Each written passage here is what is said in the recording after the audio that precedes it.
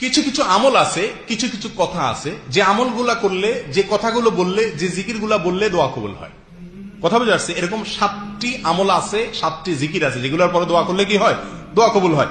সহিহ বুখারীর হাদিসে আসছে, উবাদ ইবনে সামাত তার বর্ণনা করেছেন, ঘুম থেকে ওঠার পরে আপনি যদি দোয়া করেন আল্লাহর কাছে, লা ইলাহা ইল্লাল্লাহু ওয়াহদাহু লা শারীকা লাহু লাহুল মুলকু ওয়া লাহুল হামদু ওয়া হুয়া আলা কুল্লি শাইইন কাদির, আলহামদুলিল্লাহ ওয়া সুবহানাল্লাহ ওয়া লা ইলাহা ইল্লাল্লাহু আল্লাহু আকবার ওয়া লা হাওলা ওয়া লা কুওয়াতা ইল্লা বিল্লাহ। এটা বলার পর যদি বলেন আল্লাহুম্মা গফিরলি, অথবা আল্লাহর কাছে যা চান সেই চাওয়া আল্লাহ কি করবেন?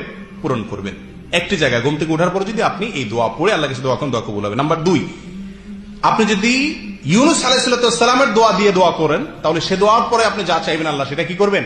কবুল করবেন। বা সে দোয়া পড়তে পড়তে আপনি যা মনে মনে চাইবেন সে দোয়া আল্লাহ কবুল করবেন। কারণ এই বিষয়ে নবী আলাইহিস সালাম বলেছেন, সূরা নাসাইতে বর্ণিত হয়েছে, সাদ ইবনে আবি ওয়াক্কাস রাদিয়াল্লাহু বর্ণনা করেছেন যে দাওয়াতু যিন্নুন ইযা দাআ বিহা ওয়া ফি বাতনিল হুত লা ইলাহা ইল্লা আনতা সুবহানাকা ইন্নী কুনতু মিনাজ জালিমিন ফা ইন্নাহু লাম ইয়াদউ বিহা রাজুলুন মুসলিম।